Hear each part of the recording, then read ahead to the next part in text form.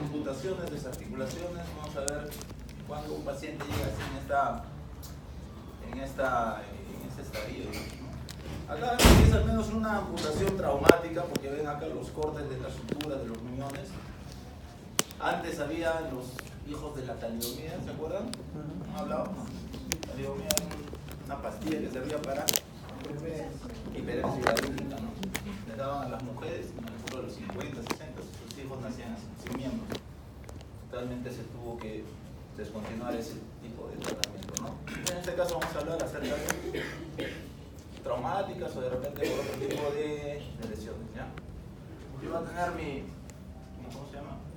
Mi seminario con los alumnos, pero no lo han hecho, así que voy a borrarme más, pero voy a ser más rápido. Agradezcan. ¿Qué es la amputación? Antiguamente pensábamos que era una falla en la ortopedia, una falla en alguna amputación. Los pacientes llegaban con fracturas expuestas, los traumatólogos los operaban en ese momento, pero a causa de la gran lesión que tenía, el sangrado, o de repente la exposición de partes blandas, se tenía que llegar a amputar ese miembro porque se infectaban otras complicaciones, ¿no?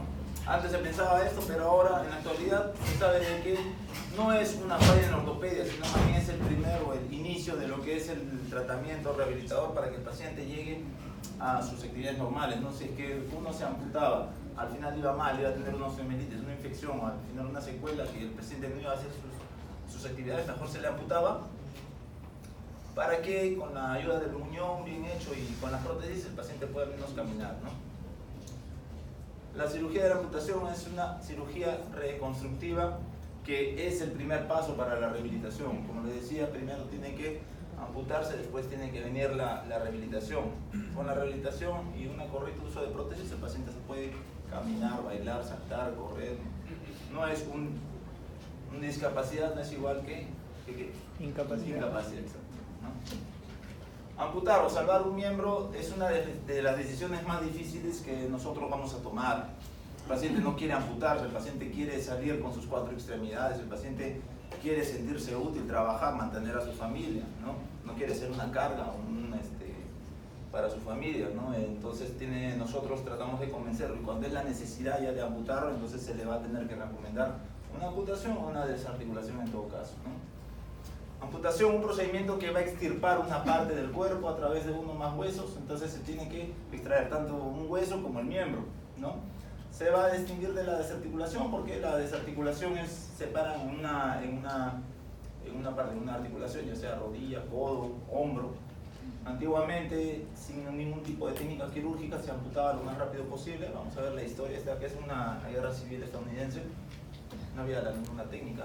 Desarticular, cuando la amputación pasa a nivel de la articulación, normalmente no necesariamente tenemos que dejar la parte o el muñón lo más largo posible, porque eso va a dejar o va a impedir de que haya una correcta adaptación con una prótesis. El muñón debe tener sus características, vamos a ver más adelante, la fuerza y la movilidad y la longitud adecuada. Y en los niños siempre, desde ahorita les estoy diciendo de que siempre es mejor conservar la articulación, entonces tenemos que desarticular antes de amputar a un niño. Historia de la amputación. La amputación es una de las cirugías, las primeras cirugías que se realizó en la medicina. Al autor de la primera amputación se le da, Hipócrates es el que realizó por una gangrena, ¿no? En esa época no había una buena sepsis, no había una buena, digamos, hemostasia. Al paciente le cortaban la pierna o el brazo, lo metían en agua o en aceite hirviendo, no había torniquete, el paciente moría tenía una alta mortalidad, una alta morbilidad. Luego vino la época del Renacimiento, toda la época de la Edad Media, en donde la religión intervino, no hubo ningún tipo de avance científico, ¿no? A partir de 1575, Ambrosio Paré dio la primera descripción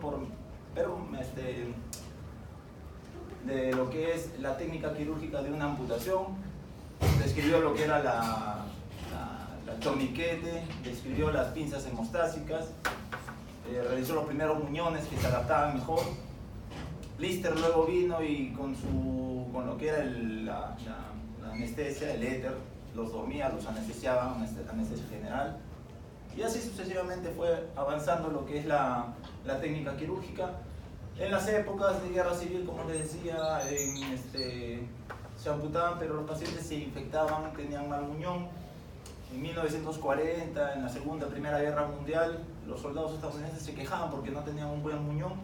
Y en Estados Unidos hubo una sociedad de ortopedia y de colocación de prótesis en donde mejoraron las técnicas, donde capacitaron a los traumatólogos o otras especialidades. ¿Para qué? Para mejorar la colocación de los muñones y así poder activar o mantener al paciente, reactivarlo a la sociedad, ¿no? A pesar de los avances en lo que es la revascularización, la amputación sigue siendo un procedimiento común, ¿no? Proceso emocional que tiene implicaciones en la vida futura del paciente y su familia. No solamente el paciente es el afectado, la familia. El paciente tiene que ser evaluado por asistencia social, tiene que ser visto por los psicólogos, por los psiquiatras, ¿no? Tenemos que llevar a la persona a un buen nivel funcional. Eso es importante. Epidemiología, después lo leen, más que todo 1.5 amputados por cada 1000 habitantes en Norteamérica. Acá debe ser más, me imagino.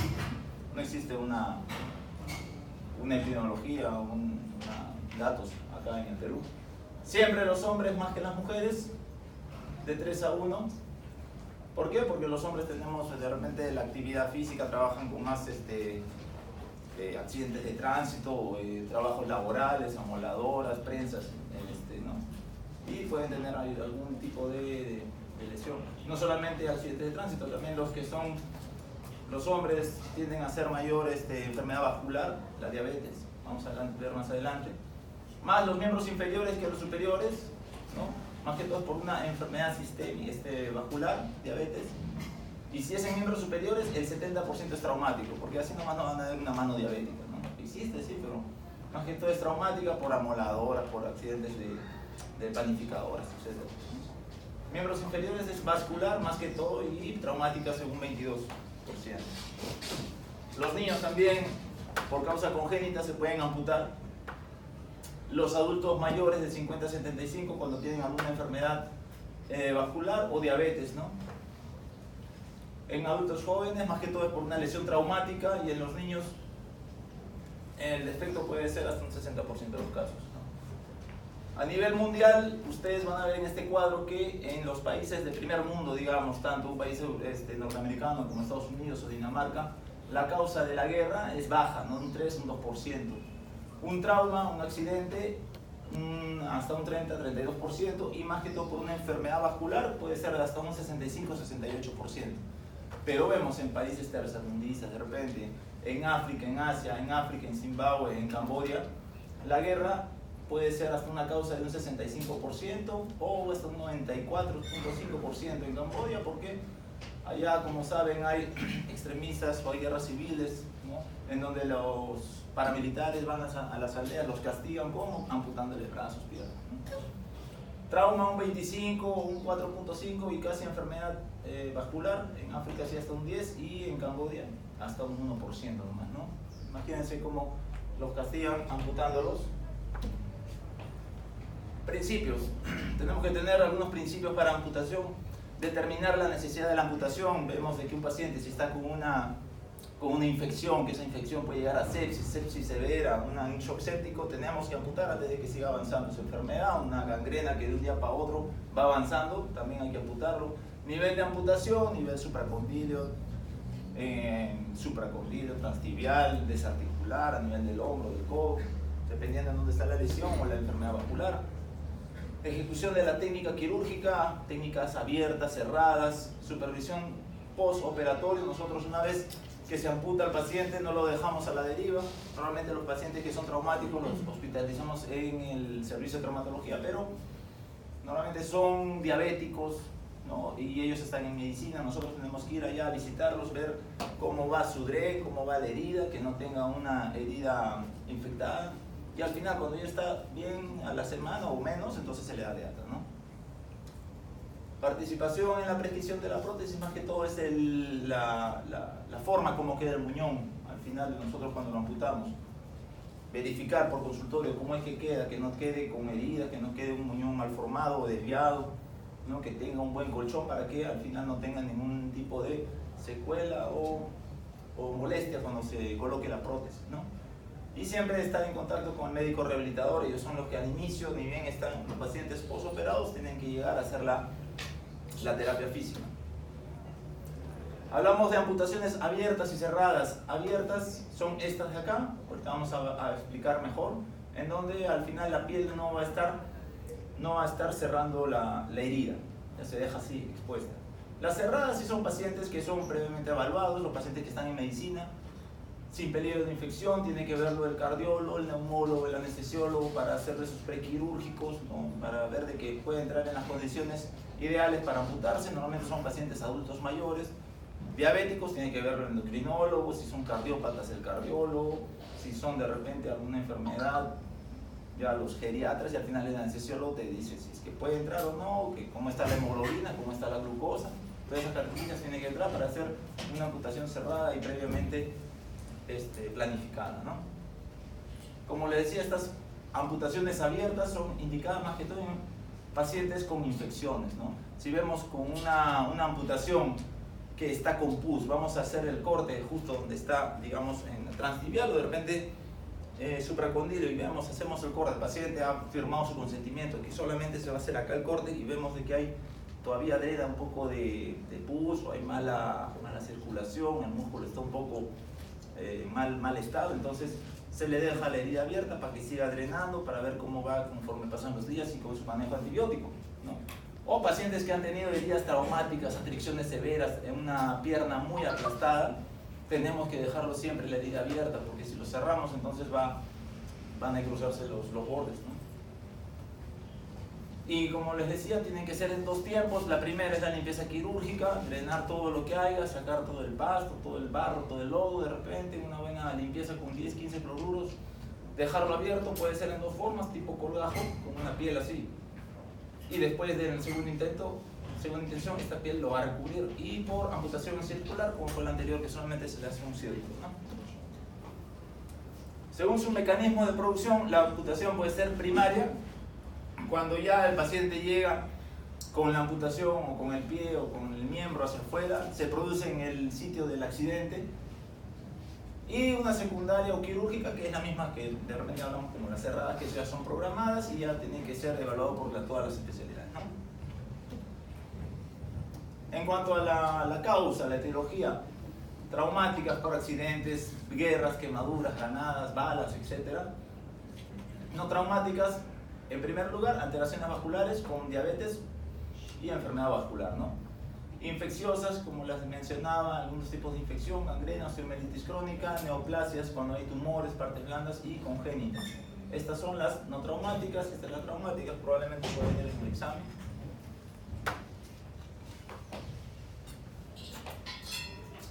Cuando hablamos de enfermedad vascular periférica, pacientes mayores que ya tienen algún tipo de alteración en las arterias, las venas, con arteriosclerosis, ¿no? Esas arterias que están parecen piedras ya prácticamente, que no llega sangre, no hay una buena circulación. Peor pronóstico, pacientes que son o que tienen diabetes mellitus, porque los tejidos van a cicatrizar mal, no hay un buen retorno venoso, son más susceptibles a la infección, la diabetes le va a inmunosuprimir su sistema, ¿no? En caso de, esta no es diabetes mellitus, es un paciente, un caso mediático más o menos hace 3 años. Paciente con una enfermedad vascular periférica causada más que todo por los vasopresores, ¿no? No fue iatrogenia, el paciente llegó a Marino Molina de Salud por una apendicitis, demoró de repente la atención, fue derivada al sabogal, en donde ya hubo este tipo de lesiones a nivel de los 4 miembros, ¿no? Al ser un shock séptico, al paciente se le da antibióticos, hace sus émbolos sépticos, viajan hacia las extremidades a donde hay una microcirculación, ¿no? Cuando se le da vasopresores, elevan la presión a nivel central, ¿para qué? Para el cerebro, los órganos blandos, pero a nivel periférico disminuye o obstruye o oblitera, ¿no? No se le quedó más que otra cosa que amputarle los 4 miembros, ¿no? Por el caso está que salió en la tele, ¿no? Pero no es una iatrogenia, al paciente se le salvó la vida, pero con esas secuelas o con lo que queda, ¿no? Factores de riesgo para la amputación en diabetes mellitus. Ser varón, relación de 9 a 1. Nosotros somos más perjudicados porque nos controlamos peor lo que es la diabetes. El paciente de repente le dicen que está con diabetes, pero sigue comiendo, no se cuida, come arroz, come pan, gaseosas, azúcares, ¿no? Por eso yo me cambié sin azúcar. Tener una edad más de 60 años, pobre control glucémico, una diabetes de larga evolución, el paciente ni siquiera sabe que tiene diabetes, a los 30, 40 años le da la enfermedad, pero ya cuando tiene 50, 60, ve una herida pequeña, se hace un control, ni siquiera van al hospital, sino en una campaña simple, le sacan sangre y ven que tiene diabetes, ¿no? Recibir escasa información de parte del personal sanitario. Ustedes que son personal sanitario, al menos a su familia, a sus padres, tíos, abuelos que son diabéticos, ¿no? Siempre hay que revisarle el pie, hay que darle control con su glucómetro, etc., ¿no? Dos formas en que cómo se puede dar esta lesión en el pie diabético, dos bases epipaneogénicas. Una es la neuropatía. Neuropatía, ya sea la lesión en los nervios distales del pie, una neuropatía que afecta la percepción proprioceptiva, por eso ocurre pie de Charcot, en donde hay una mala pisada y al final están destruidos todos los huesos, tanto del tobillo del pie, y el paciente ni cuenta se da, y hay una neuropatía a nivel periférico, la sensibilidad, ¿no? En donde el paciente tiene una herida, ni siquiera se da cuenta de que está, se infecta, el paciente cualquier tipo de ampolla o algo que le lesione el pie en el zapato, o algo se hinca, de repente ni siquiera se da cuenta de que está con esta lesión, ¿no? Es prevenible, como les dije, siempre hay que revisar los pies de los pacientes, hay que hacerle unos exámenes especiales para ver si tiene o no tiene sensibilidad.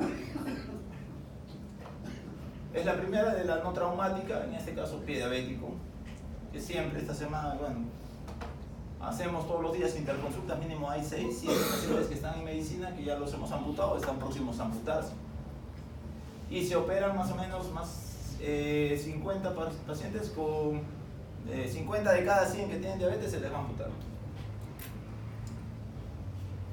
Así es como ya los pacientes, este probablemente no parece pie diabético, pero sí es una enfermedad vascular periférica, y este sí es una úlcera por el pie diabético, ¿no?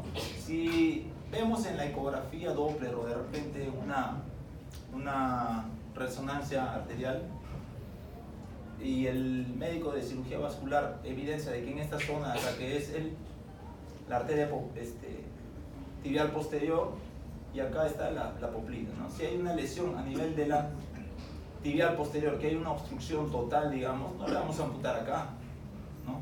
En el pie, porque acá no va a haber ningún tipo de irrigación. Vamos a tratar de elevar más por encima de donde está la obstrucción.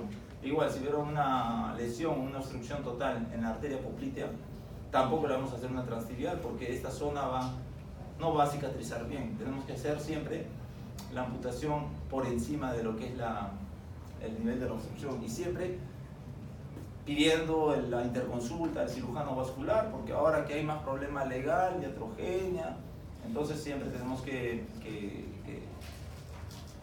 pedirle la interconsulta para saber el nivel de amputación, ¿no? Con los cirujanos vasculares.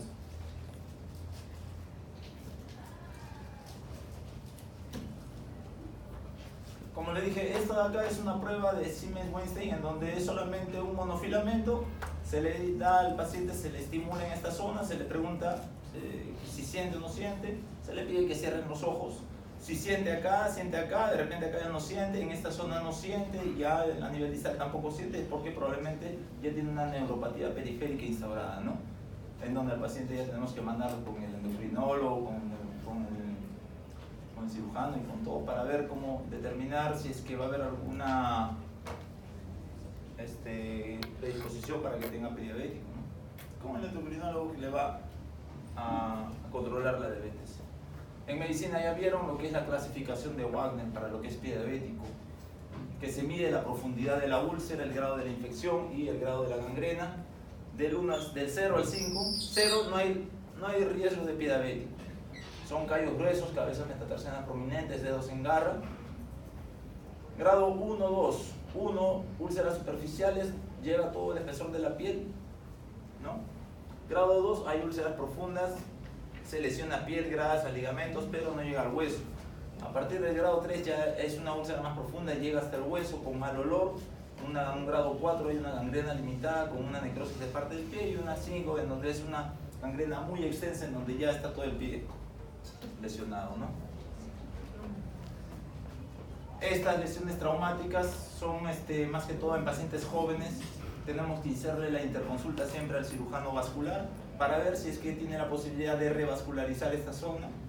Si no hay la posibilidad de revascularizarla, entonces ya nos dice de que hay que amputar, ¿no? Y siempre va a haber una escala, un score para ver si es que se amputa o no se amputa. A veces hay unas esquirlas o estos huesos causan la lesión de la parte vascular. El hueso mismo lo corta la arteria y por eso es que tiene que intervenir acá el cirujano vascular.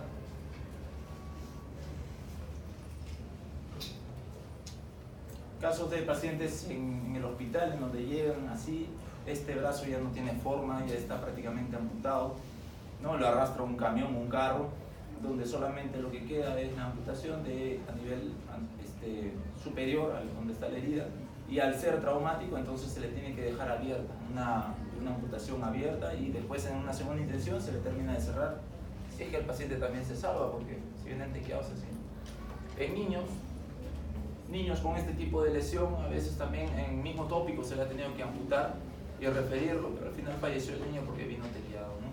O así vienen los pacientes donde se arranca piel, se arrancan toda la parte ósea. Tratar de salvarlo, una buena limpieza quirúrgica, si es que en ese momento se puede hacer un muñón abierto siempre, ¿no? Esta es la parte de la piel. Y después ya con el cirujano vascular y el cirujano plástico para ver o determinar cómo salvar el miembro. Si ustedes ven a esta paciente que llega a ambulancia, ¿qué es lo que le dirían? ¿Tiene o no tiene pie?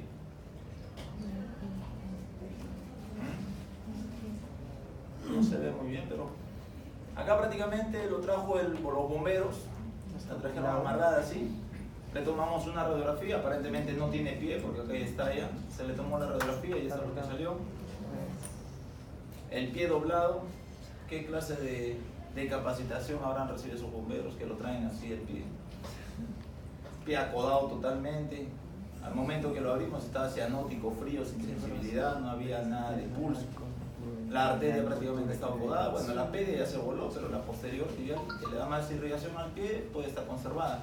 Como la encontramos así, tratamos de reducirlo, ponerlo en su posición, que esté estirado, y el pie se llenó de sangre, al menos estuvo rosado, se palpaban pulsos después. ¿Tenía posibilidad de recuperarse? Sí. Se redujo, se hizo la limpieza respectiva, se acortó un poco, se le puso su fijador externo, el paciente al final con la ayuda de cirugía plástica se salvó el pie y está caminando bien, ¿no? Tuvo ese riesgo de que se podía haber amputado.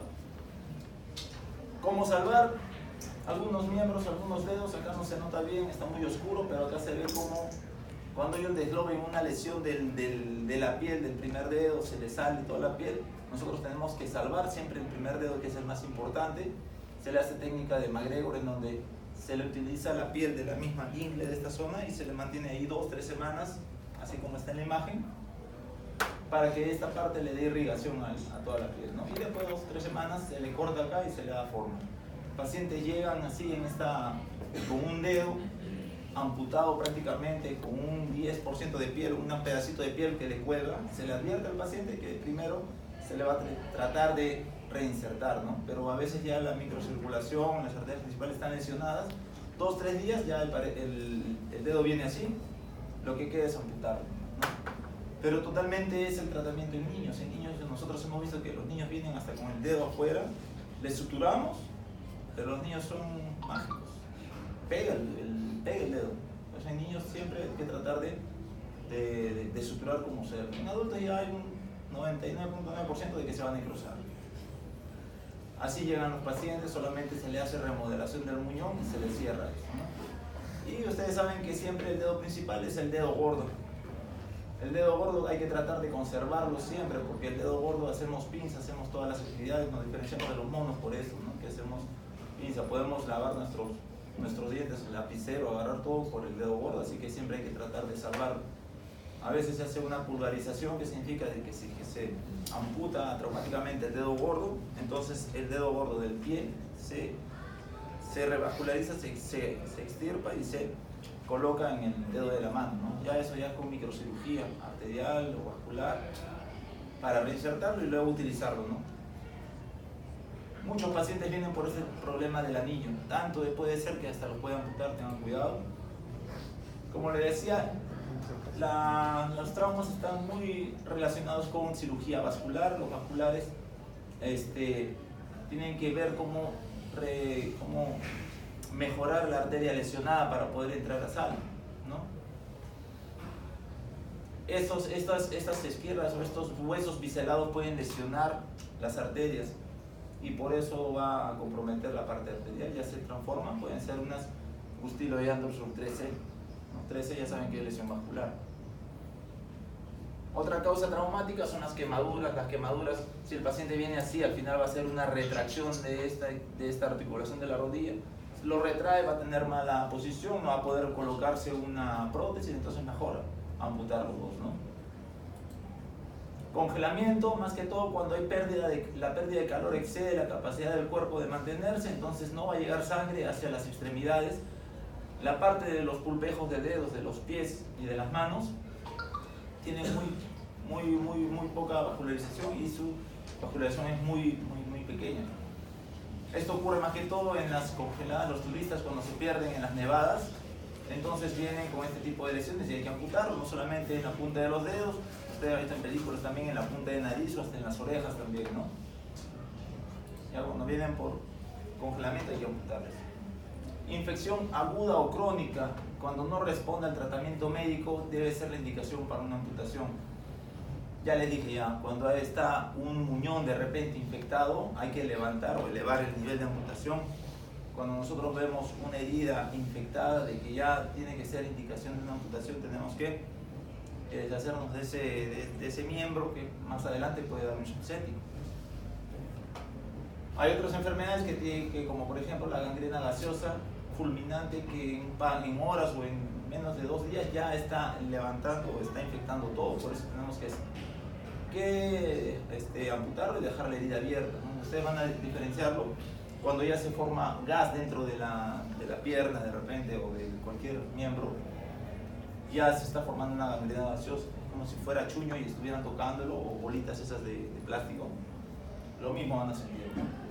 Y hay infecciones crónicas como por ejemplo las osteomielitis, que tanto es la fístula, tanto es el dolor, ya el hueso está expuesto que es necesario de frente amputarlo. Por ejemplo, teníamos un caso de una señora en un hospital, era microcomercializadora de droga, se tiró del 2.º piso, la primera vez se fracturó, una fractura expuesta, se le puso su fijador externo y ya saben que una fractura expuesta tiende la predisposición a hacer osteomielitis crónica, ¿no? Y así cada vez que la buscaba la policía, como 4 o 5 oportunidades se tiraba y se fracturaba el mismo hueso. Ya tanta lesión ha tenido que ha tenido fístulas, ha tenido el hueso expuesto y se le tuvo que amputar. ¿Por qué? Por el problema de una osteomielitis crónica, ¿no? Que nunca van a curar prácticamente esta osteomielitis. Tumores, ¿ya han tenido la clase de tumores hoy? Ayer. Cuando son tumores primarios, malignos, sin diseminación, entonces hay que tratar de amputarlos, ¿no? Lamentablemente acá en el Perú, en zonas, digamos, de atención primaria, los pacientes llegan de provincias, van a los centros de salud, pero ya están prácticamente las tumoraciones así grandes, dolorosas, donde se ha diseminado todo lo que es el tumor, ya ha hecho metástasis, se ha viajado a pulmón o a otros huesos, ¿no? Se le puede hacer la extirpación, pero ya está dada la metástasis, ¿no? Solamente tratamiento para calmar el dolor, porque esto acá duele mucho, ¿no? Y después su tratamiento oncológico de radioterapia, quimioterapia, ¿no? Siempre el objetivo va a ser resecar la neoplasia maligna antes de que metastasice, pero acá lamentablemente llegan los pacientes con tumores ya muy grandes, ¿no? También pueden, o llegan más que todo cuando tienen fracturas patológicas, cuando el tumor ha lesionado tanto el hueso que se fractura. Acá, ¿cuál es la principal fractura patológica que hay en el medio? ¿Por qué oncológicamente hablando, digamos? Cuando llegan pacientes adultos mayores, se fracturan la cadera, el paciente no se cae, solamente hace un mal movimiento o se choca con la pared y ya tiene fractura, ¿no? Se le hace su radiografía y se le ve que tiene ahí adentro una lesión tumoral, una metástasis. Por eso el 90-95% de pacientes adultos mayores que llegan a la emergencia con una fractura patológica son metástasis, ¿ya? Metástasis a huesos. Osteosarcomas, condrosarcomas, todo tipo de lesión tumoral benigna. El paciente llega así, como les digo. ¿Qué se le va a hacer? Solamente se le va a hacer una amputación supracondílea alta, pero ya prácticamente el tumor diseminado, ya con mucho dolor, solamente tratamiento paliativo. Pacientes que llegan de esta forma, no solamente tiene ahí una tumoración en el húmero proximal, esto ya se ha aumentado, ha llegado a la clavícula, escápula, se le va a hacer otro procedimiento que es una desarticulación. No solamente se desarticula, es una desarticulación escápulo-torácica. ¿Qué significa? Que se saca la clavícula y el escápulo y acá queda solamente parrilla costal nomás, ¿no? Se le ha sacado todo prácticamente. Pacientes que ven así, ¿qué significa esto? Que ya no tiene pelvis, no, sino que es la tumoración que ha estado carcomiendo, resecando todo el hueso bueno. Este es el hueso normal aparentemente, pero esto ya no sirve. Acá no solamente sirve desarticular, si lo desarticulo solamente saco la parte proximal del fémur. Tengo que sacar toda esta pelvis, desde acá, la mitad del sacro hasta la parte del pubis, ¿no? O si es que hay más acá, tenemos que sacar, son cirugías radicales, ¿no? Ya el paciente termina en esta posición sin pelvis. Son muy sangrantes. En la misma operación se utilizan 8 o 10 paquetes globulares, en recuperación otras 10 más. Otra causa, digamos, que no es traumática es una deformidad congénita en los niños, ¿no? Niños que nacen con 6 dedos de repente, ¿no? ¿Cómo se llama esto? Polidactilia. Hay que retirarle un dedo.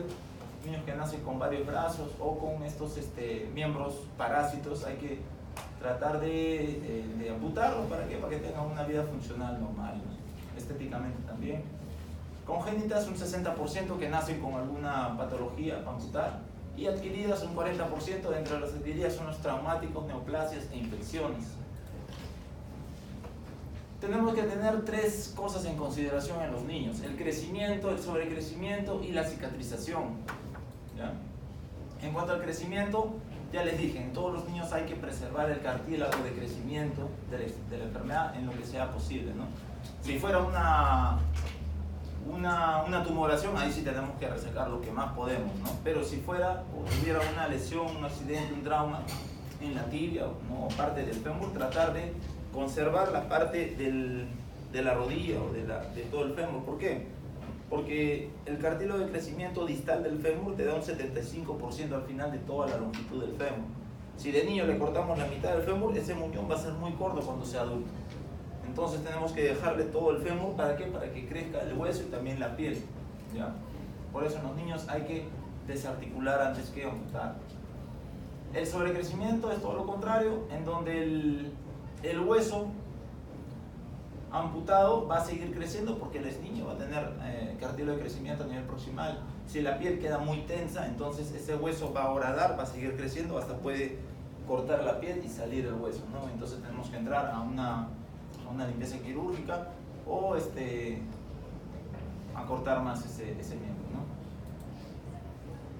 Para el examen también, principios generales de Kravitch, en donde se mencionan algunos principios en cuanto a la amputación de los niños.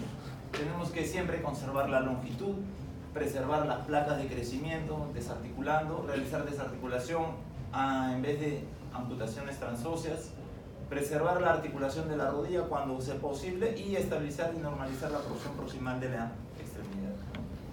Él va a bajar la diapositiva, después lo copias.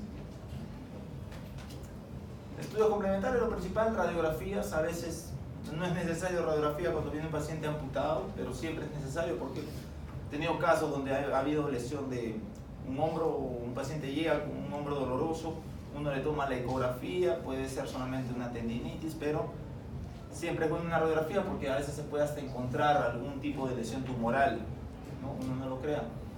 Siempre, y es más barato. Si ustedes ven esta radiografía, nomás ven cómo está el hueso, imagínense cómo estarán las partes blandas. De repente hay que amputar de frente, ¿no? Para evitar, para ver si es que tiene infección, una osteomielitis, una tumoración, como les dije, ¿no? Ecografía, la ecografía Doppler para saber en dónde puede haber algún tipo de obstrucción a nivel vascular o vena, arteria. Es rápida, simple, lo malo es que es operador dependiente. Ahora último, los vasculares de frente piden una arterioresonancia, es una resonancia arterial en donde se ve todo, una angioresonancia en donde se ve dónde puede estar obstruida alguna arteria, ¿no? Más que todo en miembros inferiores, superiores. Y antes se utilizaba esta que era la arteriografía, donde se colocaba un líquido para ver dónde podía estar la obstrucción, ¿ya? En este caso, en donde está la obstrucción a nivel del fémur distal, se ve que hasta acá nomás llega la sustancia de contraste, ¿no? Esa sustancia de contraste, si estuviera el vaso normal, estaría hacia abajo.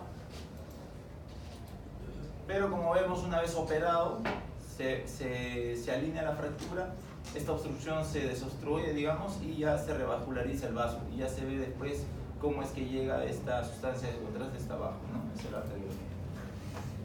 ¿Cuándo vamos a amputar? Cuando ya sea irreparable el aporte sanguíneo hacia el miembro enfermo, cuando ya está la lesionada y el mismo cirujano vascular te dice para amputarlo, ¿no? No va a sobrevivir una parte del miembro si es que no llega a su nutrición a nivel arterial o vascular, y puede hasta amenazar la vida porque se van a diseminar todos los productos tóxicos que se dan por esta destrucción tisular, ¿no? Indicaciones cuando no es posible revascularizar, riesgo la vida, no es la función de la extremidad. Si tenemos esta imagen de un fémur totalmente lesionado, que no hay nada que lo cubra, de frente hay que amputarlo porque esto de acá se va a infectar, va a causar algún tipo de ¿cómo se llama?, de enfermedad, o se puede infectar, ¿no? Pone en riesgo la vida.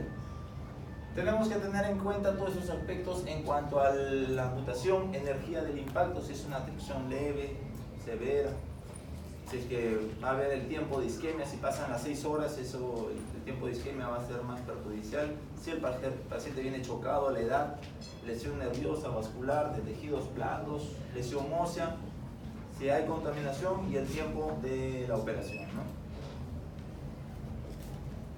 Siempre vamos a ver algunos tests, los tests o los scores más conocidos. En este caso utilizamos el MES, que es el score de severidad para una extremidad lesionada, que va a determinar si es que el paciente se va a amputar o no se va a amputar. Tiene que ser entre dos doctores con experiencia, ya sea en este caso un traumatólogo o un cirujano vascular, y va a tener una puntuación de 7 o más, ¿no? Si es que tiene 7 a más, entonces es una indicación para amputar.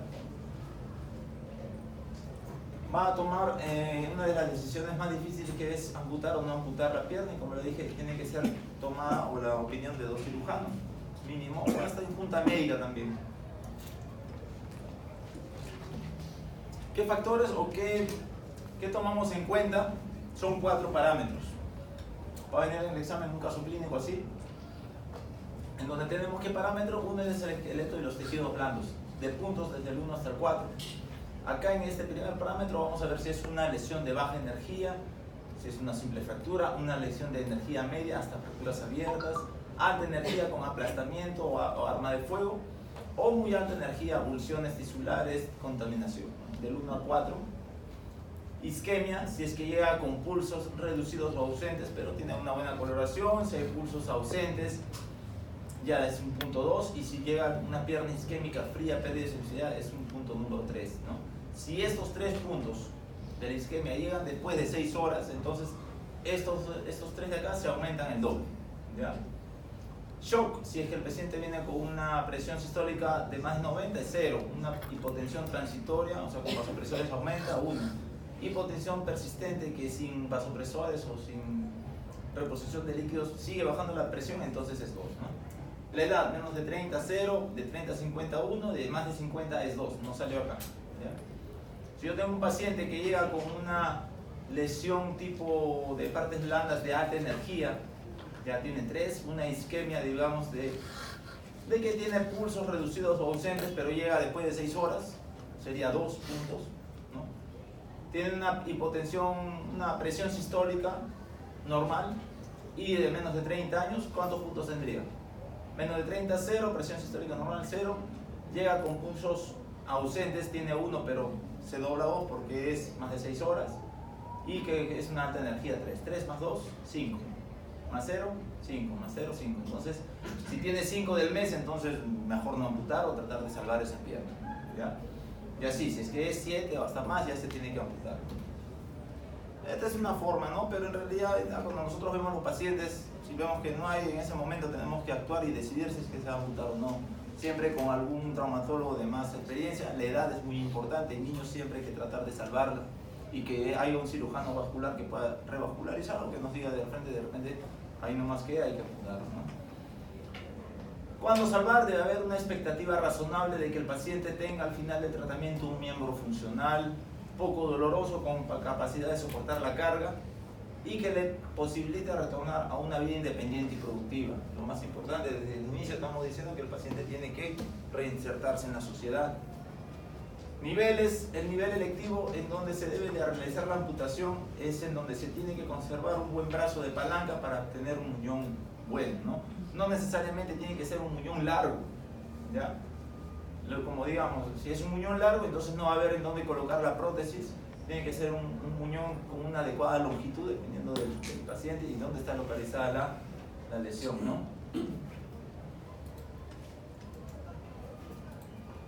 Hay diferentes sitios donde vamos a amputar: en miembro superior, en el antebrazo, en el codo, en la mano, en estos tercios. Como ya le dije, puede ser una desarticulación del húmero o una interescápulo-torácica, como en el ejemplo que vimos de la señora.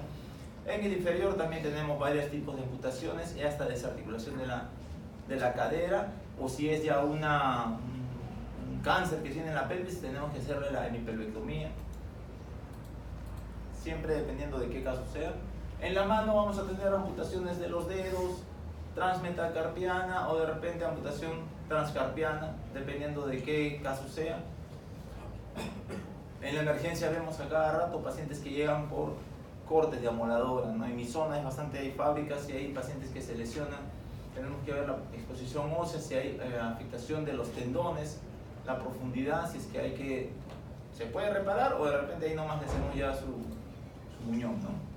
Hay varias técnicas quirúrgicas de estos tipos de lesiones.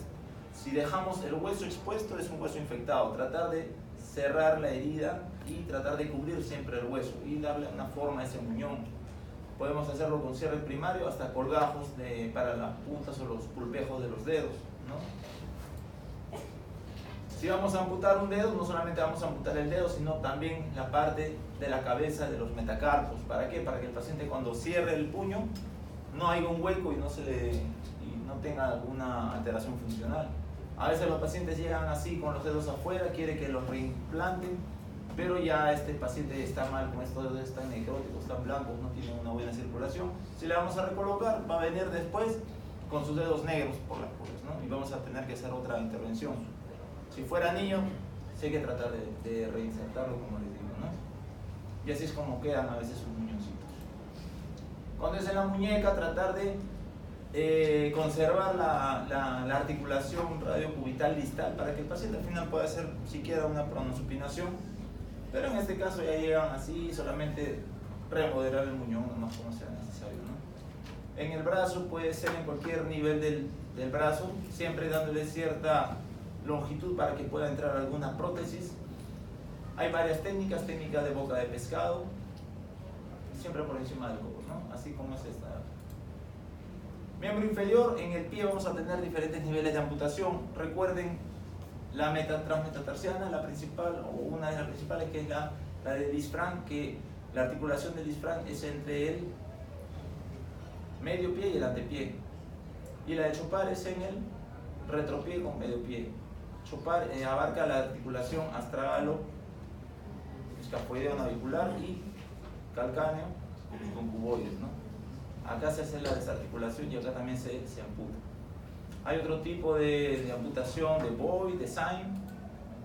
Esta es una amputación de Syme, en donde se hace a nivel del tobillo cuando ya fracasa una amputación transmetatarsiana, si es que hay una infección y se tiene que elevar el nivel, y para que haya apoyo, entonces se hace este tipo de amputación.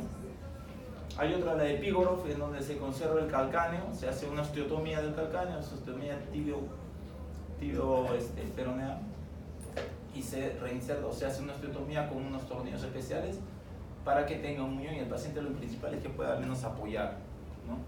Con esta capa de grasa que hay en el talón. Un resumen, que es la amputación del disfrán, es en esta zona. Recuerden ¿cómo se llama? Entre qué parte del pie o en qué huesos lo limitan. Tanto la articulación del disfrán, chopar, y esta es la epígrafo, ¿no? En donde está haciendo su anatomía. En los dedos vemos que para el primer dedo de repente se puede hacer un colgajo posterior, algunos se utilizan también en la forma de raqueta, uno ya tiene que ver según la lesión o la extensión, ¿no?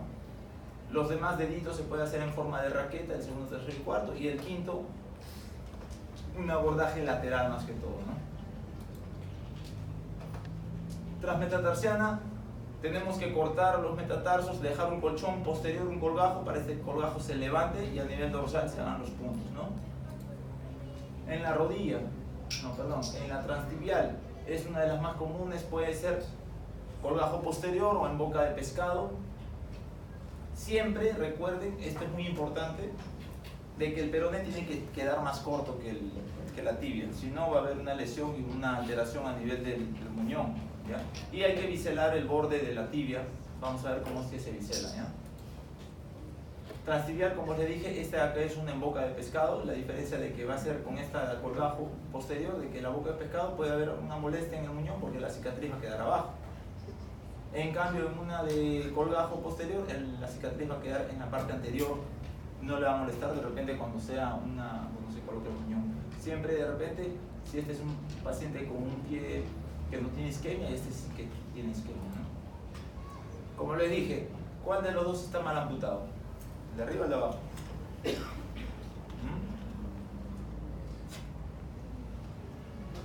Vean el tamaño del peroné del de abajo. El de abajo. Está muy largo. Todo lo contrario, el peroné siempre tiene que quedar más corto que la tibia. ¿Ya? Si no, esto de acá le va a molestar con una punta que va a agradar, o el momento de ponerse el muñón, la prótesis, le va a molestar, siempre en esta posición. En la rodilla se puede desarticular, sí, hay dos escuelas, una que te dicen de que tienes que cortarle o quitar todo el cartílago porque el cartílago tiene sensibilidad. Si el paciente trabaja o de repente hace alguna actividad que va a caminar mucho, cargar peso, ¿no? Y va a tener todo el día su muñón o su prótesis, es mejor sacarle el cartílago porque le puede dar algún tipo de dolor. Pero si el paciente de repente puede trabajar o hacer sus cosas sentado, no hacer mucha actividad, este cartílago le puede dar algún tipo de sensibilidad propioceptiva que el paciente puede sentir, ¿no? No va a tener mucho dolor, pero de repente cuando camine con la prótesis puede sentir hasta que está pisando una manguera o algo, ¿ya? La supracondila es la que más hacemos, es el 80% de todas las amputaciones que hacemos a nivel de todos los hospitales. Tiene que quedar al menos de 10 a 12 centímetros desde acá, de la parte articular, y unos 20 a 25 centímetros desde la parte de arriba. En algunos casos, cuando son jóvenes, tenemos que hacer esta técnica que se llama miodesis, que significa engranar o tratar de suturar el tendón o el músculo, el tendón hacia el hueso. ¿Para qué? Para que tenga mayor tracción, para que el paciente pueda mover el muñón como si fuera normal, ¿no? Ya cuando son adultos mayores solamente le hacemos lo que es la mioplastía. Mioplastía es unir los músculos que tienen los diferentes movimientos, ¿no? Aductores con abductores, flexores con extensores, para que entre ellos se puedan movilizar, ¿no? En sala de operaciones, ¿cómo se utiliza esto? Solamente se desperiodiza lo que es la parte que se va a retirar, ¿no? En este caso, este es el escudo que se coloca a nivel más proximal, y acá es donde se va a realizar el corte, ¿no? Y todo este miembro ya desaparece. Cuando desarticulamos cadera, cuando es un trauma masivo, cuando a veces hacemos una amputación supracondilia y encontramos pus, encontramos mal tejido, se le avisa al paciente o al familiar de que de repente podemos elevar el nivel de amputación. Por eso tienen que firmar su consentimiento y avisarle, si no, no tienen problema legal. O cuando hay una especie de tumoración en esta zona de acá, tenemos que desarticular la cadera. Las características del muñón es que tiene que ser móvil, tiene que tener una piel suave, tiene que tener una buena sensibilidad. Este caso es un mal muñón. Como les dije, este hueso de acá puede estar horadando, no se queda atender el paciente, parece joven, que la piel ha quedado tensa y la tibia ha seguido creciendo. En algún momento va a crecer más y lo va a horadar y va a tener un hueso expuesto, ¿no? La cicatriz no se debe adherir al hueso, los músculos se seccionan por debajo del nivel de la sección ósea Los nervios tienen que ser traccionados. Al momento que uno jala o corta el nervio, tiene que traccionarlo para que esté el corte el nivel mucho más profundo. Porque si es que está hacia afuera o se pega al hueso, se pega a la piel, el paciente va a tener un neuroma y un dolor neuropático, ¿no? Porque el nervio mismo se va a inflamar y va a mantenerse siempre. El muñón tiene que aislarse, todos los vasos se tienen que ligar, eso ya en sala lo tenemos que hacer. Como le dije, el corte del nervio también tiene que ser bien visto y de identificar bien el nervio ciático, porque a veces uno piensa que es el nervio ciático lo corte y al final es la arteria femoral, que hemos tenido casos donde hasta los pacientes que se le corta la arteria, la sangre sale como inyectada como manguera. Tenemos que buscarlo rápido entonces, ¿no?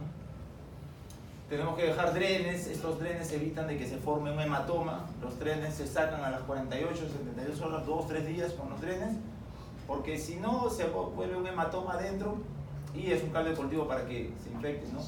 Un muñón óptico para el examen tiene que tener un buen estado de la piel, tiene que tener un buen tamaño, una buena forma, una buena fuerza muscular, una movilidad articular. Siempre tiene que ser así, cónico, ¿no? No tiene que ser cilíndrico, en forma cónica. El muñón va a quedar justo encajando en la prótesis para que tenga una buena, digamos, presión negativa, para que salga y lo chupe, ¿no? En cambio cilíndrico no va a haber una buena presión ahí negativa, y peor cuando es cónico en forma de una palta, no va a ser, ¿no? No va a estar bueno. Tratamiento, tenemos que corregir las posturas viciosas ya con el médico de terapia física, rehabilitación, el entrenamiento de marcha, movilizaciones pasivas. Todo esto ya, la parte de terapia física, rehabilitación, y bien el paciente ya está con su idea cicatrizada, tiene que realizar, porque a veces se tracciona tanto que el muñón queda hacia arriba. Eso tenemos que evitarlo. Cuando hacemos el corte tenemos que no dejarlo en 90 grados, tenemos que biselar o darle la forma curva hacia los bordes del hueso. Cerrar sin calentar porque puede haber una necrosis por calentura, ¿no? No suturar a tensión la piel porque puede haber algún tipo de infección después. Sutura resorbible en la parte interna, y los nervios, como les dije, lejos del muñón para que no se peguen a la piel y no hagan un neuroma. El objetivo de una operación es dejar un muñón dinámico con un buen control motor y también una buena sensibilidad, ¿ya? Un buen muñón tiene que tener una independencia. ¿Para qué? Para que tenga la prótesis y el paciente pueda caminar normal, hacer sus actividades. Tiene que tener una buena longitud, una buena movilidad y una buena sensibilidad. Tiene que haber un equilibrio entre la longitud del muñón y la acción muscular. Y un buen muñón tiene que ser un muñón firme para que el paciente hasta pueda hacer sus actividades que antes hacía. Hay pacientes que bailaban o eran bailarines, siguen bailando, siguen jugando fútbol, aunque sea. Normal, tiene que quedar con su actividad, ¿no? Un mal muñón es cuando hay una exposición ósea, como les decía. Esto acá es malo, tenemos que, al final va a tener una osteomielitis, por acá un hueso expuesto, hueso infectado, como les decía. Tenemos que levantar el nivel de la amputación, en este caso también. Que a veces hay una bursa reaccional al momento en que uno se coloca la prótesis, choca la parte blanda y se forma así este tipo de bursas dolorosas que están muy irritadas, ¿no? Un muñón con deformidad, probablemente acá la tibia y el peroné se han separado, está angulado hacia un lado. Hay otras técnicas donde la tibia y el peroné lo pueden unir, hacen una osteotomía, ¿no? Se puede en pacientes jóvenes, sí se ha hecho, pero cuando queda en esta posición de repente no va a tener en forma de pera y no va a entrar el muñón porque está un poco hacia un costado, ¿no? Con una cobertura inestable, ya es una escara en esta posición, el paciente, si se sale la escara, va a tener las partes blandas expuestas o hasta el mismo hueso. Tenemos que llevar al cirujano plástico, pero viéndolo bien, esto va a ir a una mala cicatrización, así que podría elevarse el nivel de amputación. Y dentro de las complicaciones de las amputaciones tenemos las inmediatas y las mediatas. Inmediatas en el momento de la amputación o en los primeros días, ¿no? El hematoma, como les dije, son causa o fuente de infecciones. Se tienen que minimizar con la hemostasia. Tenemos que dejar que ese muñón no esté, o esa herida no esté sangrando. Tenemos que dejar drenes, ¿no? Un dren de Penrose o de dren no laminar, sino mejor son circulares, ¿ya? La necrosis de los bordes de de la piel cuando se deja una sutura a tensión, no hay que dejar una sutura a tensión. ¿No? Las necrosis leves pueden tratar de forma conservadora, acá se ve que al menos tiene un buen tejido de granulación, que a la larga va a ir cerrando poco a poco, pero ya cuando son heridas muy abiertas, de repente hay que entrar a una limpieza quirúrgica y reamputar un poco más proximal, ¿no? Infecciones. Si es que no drenamos el hematoma, es un caldo de cultivo para que vengan las bacterias, se infecten y tenemos que drenar los accesos, hacer cultivos en biogramas, ¿no? Pacientes diabéticos que no son controlados se infectan más rápido, están inmunosuprimidos. Sensación del miembro fantasma es la percepción de que uno tiene en la mente de que todavía mantiene el miembro. El paciente se amputa, pero a veces el paciente tiene un temblor, el paciente piensa que tiene la pierna, se para y se cae porque en su cerebro, en su homúnculo todavía siente que hasta le quema, le arde, se pica, quiere rascarse y no puede, ¿no? Poco a poco va a ir desapareciendo esa idea de que el paciente tiene que ir con el psicólogo, ¿no?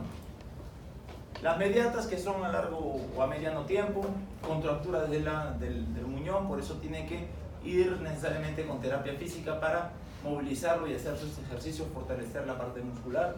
Neuromas son los nervios que han quedado prácticamente pegados a nivel de la piel o del hueso. Tiene que evitarse seccionando los nervios y lo más proximal posible, ¿no? Los muñones no funcional, como vimos antes, con bursitis, con una desviación. Las úlceras por compresión también son unas complicaciones mediatas o a mediano o largo tiempo, ¿no? Ya para finalizar vemos cómo son las prótesis. Las prótesis son aparatos que van a compensar la ausencia total o parcial de una extremidad, no es igual que una prótesis articular, estas son prótesis para los miembros, ¿no? Deben ser confortables, útiles funcionalmente y también tienen que ser cosméticamente aceptables, ¿no? En algunos casos debe de darse lo más antes posible si es un paciente joven que de repente puede entrar en depresión, que de repente quiere caminar lo más antes, se le hace su amputación, el mismo día de la amputación se le coloca hasta un tubo de PVC, ¿no? De 6 pulgadas, se le adapta, ¿para qué? Para que el paciente al otro día pueda caminar y no sentir esa sensación de haber perdido un miembro y hasta puede caminar y no se va a deprimir. Pero normalmente lo que hacemos es esperar de que de que esa herida cicatrice bien, ¿no? Y después de algunos meses, ya con la terapia física, el paciente se puede adaptar a una nueva prótesis. La ubicación de la prótesis se da cuando el muñón sea indoloro, una actitud fisiológica y circunferencia queda reducido. En este caso tenemos acá una amputación supracondylar y acá una desarticulación, ¿no? 2 tipos de prótesis para un paciente. Más o menos de 5 a 6 meses hasta que tenga una buena movilidad, el muñón haya cicatrizado y el paciente haya hecho una buena terapia física, ¿no? En el miembro superior va a predominar lo que es la función fina distal. En este caso puede ser con garfios funcionales, son poco estéticos pero muy útiles porque el paciente hasta puede coger algún vaso, algo, ¿no? Puede ser la función de pinza. Y hay prótesis mioeléctricas de miembro superior, son ya robóticas más avanzadas, ¿no? Miembro inferior, más que todas las prótesis sirven ¿para qué? Para cargar peso, soportar peso y carga. El paciente también tiene que tener un buen control de dieta para evitar de que haya una lesión de los muñones, ¿no? Más que todo en el miembro inferior para soportar peso. Listo. Sería todo, muchachos. Por favor, a vos, por si acaso.